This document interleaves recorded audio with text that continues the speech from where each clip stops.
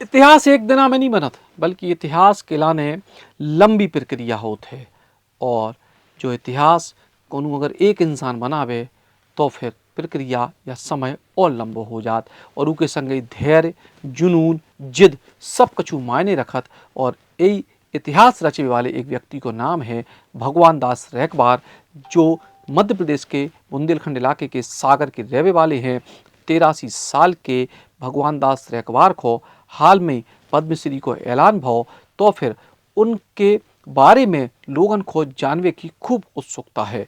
अब ई अनूठी कहानी के जरिए हम आपको बता रहे हैं कि कैसे बुंदेलखंड के एक सामान्य से व्यक्ति ने अपनी जिद जुनून के चलते नौकरी तक छोड़ दी, काय के लाने युवाओं को एक नई सीख देवे, या यूँ कहें कि पुरानी बुंदेलखंड की युद्ध परंपरा और अखाड़ों की परंपरा को कायम रखने के लाने भारत सरकार ने गणतंत्र दिवस की पूर्व संध्या पे मध्य प्रदेश के सागर जिला के 83 साल के भगवान दास रैकबार को कला के क्षेत्र में उनके अभूतपूर्व योगदान के लाने पद्मश्री पुरस्कार देवे की घोषणा करी। दरअसल वे नई पीढ़ी को तलवारबाजी, भाला और त्रिशूल को संचालन सिखाऊ थे, लाठी कला, थिएटर और अखाड़ा सिखाऊ थे। 1982 में उनके जीवन में नव मोड़ आओ जब वे प्रख्यात रंगकर्मी बंसी कौल के संपर्क में आए। ई के बाद उनकी शस्त्र कला अखाड़ों से निकल के रंगमंच यानी थिएटर तक पहुंची। हजारों रंगकर्मियों को उन्होंने मंच पे युद्ध दृश्यों के दौरान हथियारों के प्रभावी और सुरक्षित उपयोग को प्रशिक्षण दो। अब तक 5000 बच्चों को भी ई विधा में पारंगत कर चुके हैं।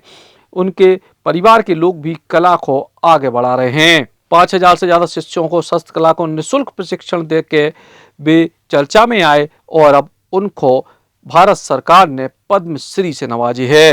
रसिया गया, सिंगापुर गया, एक अमेरिका की लड़की को सिखाया और उसको प्रोत्साहन मिला और प्रोत्साहन काफी मिला।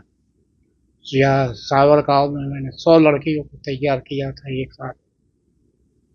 तो सेफ ही वे 150 लड़का और 150 लड़कियों को तैयार किया और उसका प्रदर्शन हुआ। सीख वगैरह थे उसका। दूसरी बात जैसे हिमाचल प्रदेश है, जयपुर है, हैदराबाद है, भोपाल, लखनऊ, पीएनए, इस शैक्षणिक संस्थाएं हैं पूरा नाट्य की, इनके में जाने लगा था। ये हर संस्थाएं बुलाने तो जो थिएटर से जुड़े एक्टर प्रशिक्षण देती है उसमें ये काम आती है थिएटर के लिए। कि आज थिएटर में ये है कि किसी को महाराणा प्रताप बना दिया जाए या झांसी की रानी बना दिया जाए, लेकिन उसको हथियार पकड़ना नहीं मालूम तो वो क्या रोल करेंगे। ये सब थे और इस हिसाब से थिएटर से भी जुड़े काव्य। मीता वशिष्ठ बॉम्बे से, उनने भी यही कला को जिंदा रखने के लिए बॉम्बे में एक कार्यशाला लगाई, नासिक में एक कार्यशाला लगाई और भुवनेश्वर में एक कार्यशाला लगाई। वो सारी जगह उन्होंने लड़कियों को सिखाया और अभी करीब हम 4-5 हजार लड़कियों को तो सिखा चुके होंगे। मैं संघर्षवर्ष तो ज्यादा रहा। मेरा नाम भगवान दास रैकबार है, रामपुरा अखाड़े में रहता हूँ। मॉडल हाई स्कूल का स्टूडेंट हूँ, 10वीं तक पढ़ा हूँ।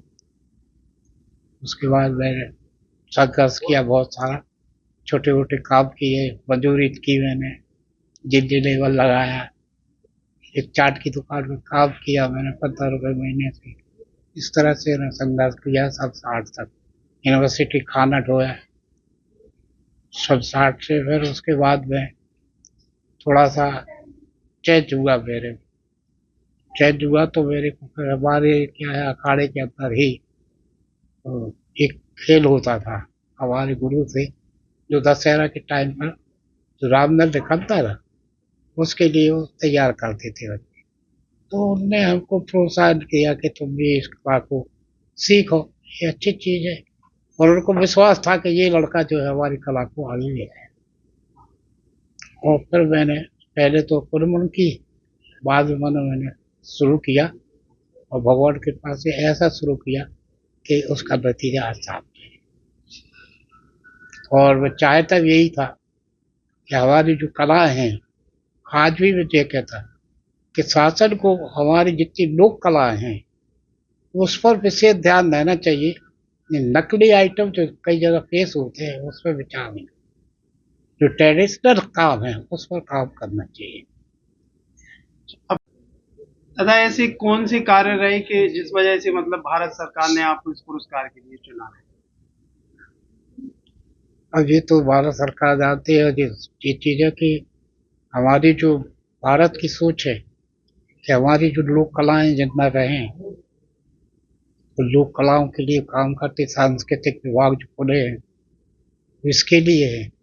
मगर कुछ समय से जो है इसको मैं बोलूँगा कि 86 में जो एक प्रोग्राम हुआ था अपना उत्सव, उसमें यही दिया गया था कि हमारी जो लोक कलाएं हैं वो विलुप्त ना हो, उसके लिए उन्होंने एक फेस्टिवल किया था जिससे कम से कम 6000 कलाकार दिल्ली में गए थे, 52 स्टेजों पर प्रोग्राम किया।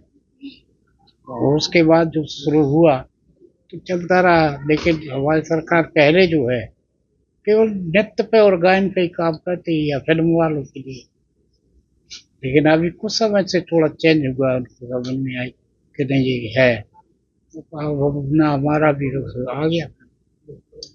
भगवान दास रेगबार और उनके परिजन ये बात को लेकर बेहद प्रसन्न है कि उनके बलिदान तप त्याग को कहूँ ना कहूँ मान्यता मिली है भारत सरकार के द्वारा, और बुंदेलखंड की शस्त्रकला जी के संरक्षण के लाने भगवान दास रेगबार जुटे हैं। अब उनको भी और बड़ी पहचान मिले। राम राम।